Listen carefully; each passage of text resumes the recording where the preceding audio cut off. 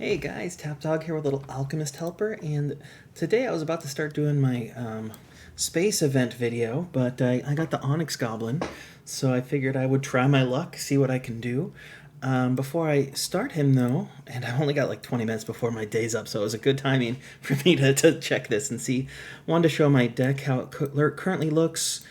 I don't think there's anything I can do to level up right now, and I don't have enough real time to do anything, so I gotta hope.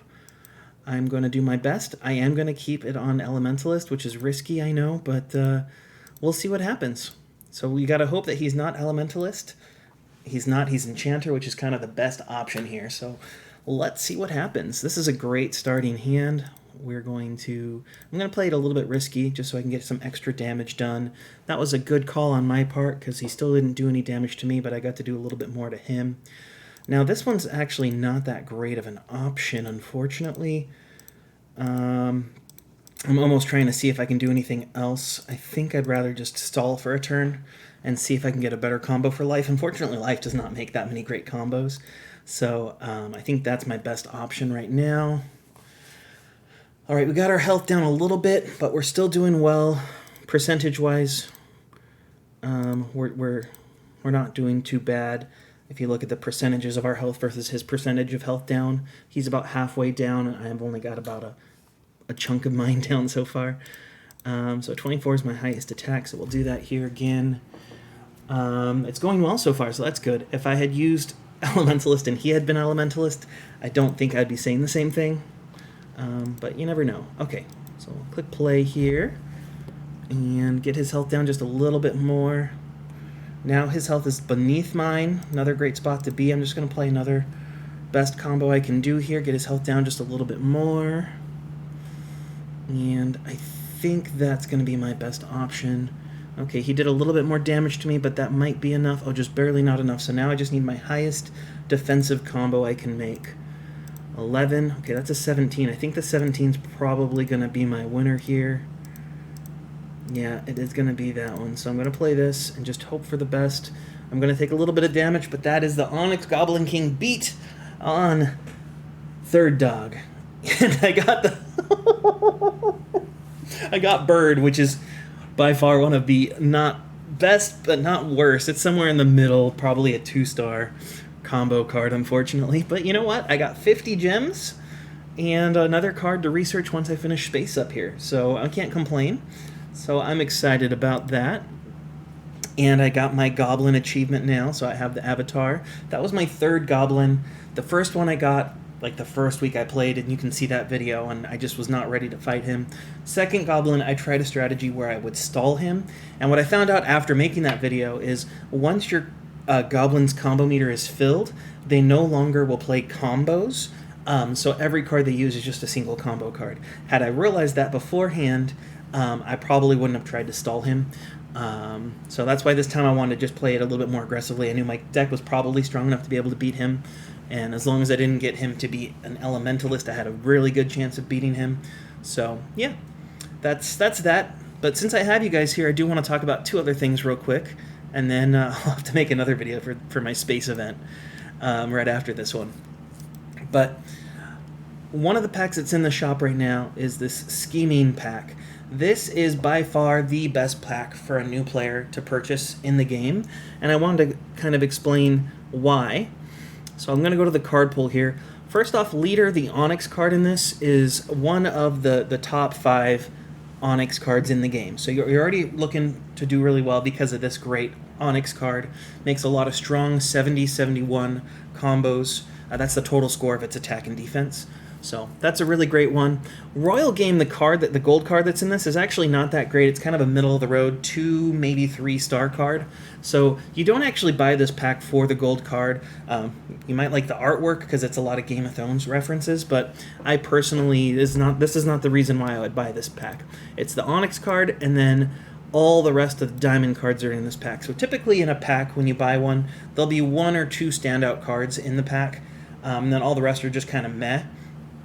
And in this pack, every single Diamond Final Form card, so all these Diamond cards that you see here that have a letter F on them, they are all usable. Some of them in Arena, whether it be an entry-level one or a long-term one, but they're all usable in heroics. So that means you don't really have any wasted cards in here. There is one that's kind of not as useful, and I'll talk about that. But Cranky Knight here is a 31-25, I believe, or maybe 31-26 crushing blow card. So that means it gets rid of the opponent's defense, so it just does 31 damage directly.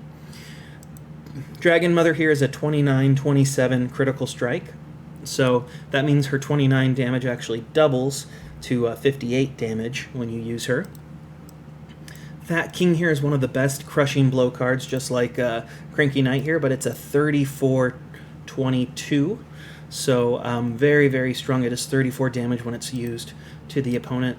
Ice Zombie King's probably the one low quality one of all of these. It is a 31-23 absorb card, meaning whatever damage it does, it heals you for. So it's useful in heroics if you use it fused. It'll let you progress longer in elementalist mode or as a damaging mode. But outside of that, it's a very niche use. You don't really see absorb cards being played or used in arena because it's not really helpful in arena.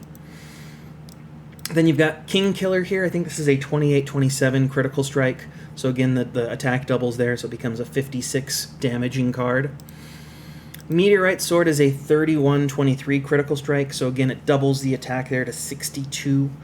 So you've got 3 lower tier critical strike cards here within these ones that are all really useful as entry level into arena or really helpful in heroics. But the main reason people buy this pack is for Poisonous Prince right here. This is a 36 attack, 19 defense critical strike. So that means its attack doubles to 72. That is the highest attack that you can do with a critical strike card. There are a couple others that have this. There's the Dragonfire card, which is the same thing. It's a 36-19.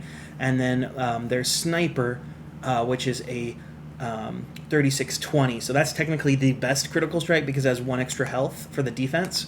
But all 3 of them do the same amount of damage.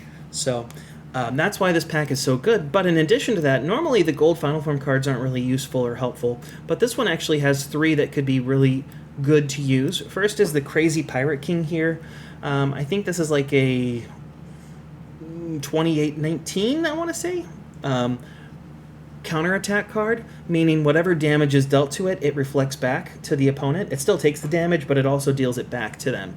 So if you use that Sniper card that does 72 damage on his 19 defense, it's 50-something damage that he actually takes. That 50-something damage would also be reflected back to your opponent. This is a really useful card to use once you have Tiebreaker because it lets you be able to fight opponents that have a much higher health than you and be able to survive against them. Head Scholar here with the 16 defense would actually be useful in heroics as just an extra turn for level 1 card. You don't have to level it up. You just put it in there and it stalls you for an extra turn. And hopefully you use it when your combo meter is full, so you either get to heal for 5 or you do 5 damage to your opponent using that one. But the main good card here is actually Lady Revenant. Unfortunately, she's the card that only has 3 in the pack, so she's the one of the least likely gold cards you'll get.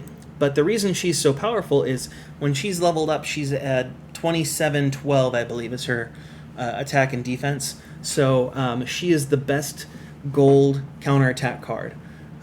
She does more damage to Sniper than Sniper does to her. That's how strong she is. She does an extra 7 damage to a Sniper. So pretty cool. Those are the ones that are most useful from this pack. And as you can see, it's almost all the cards in the pack are useful in some way. That's why it's a really, really great one to get, especially as a beginner. Now, I have 220 gems. Am I going to buy this pack? No. Because it's really important that you have at least a bare minimum 350 gems, preferably closer to 400 gems before you invest in a pack. With 400 gems, you are guaranteed that you'll either get, not you'll get all 3, but you'll either get the one copy of the Onyx card, 1 copy of the gold combo card, or 2 copies of any of the diamond cards. That's the minimum that you'd need to guarantee that you'd get at least one of those things. Now, obviously, you can get super lucky and pull all 4 Poisonous Princes on the first card, or get, this Onyx card in the first pack. But if you're playing the odds and you're a free-to-play player and you want to make sure you guarantee you're going to get something good, you have to wait and be patient. Wait till you have 400 gems. You might hear people say in the comments, oh, I only had 50 gems and I bought this and I got the leader card, the royal game card, and 2 poisonous princes. They very well could have, but I don't want you guys to assume that that's going to happen to you and then get disappointed when all you get are 4 copies of Tale of Hot and Cold, or, you know, the Forest Folk card. Something that's not really going to help you.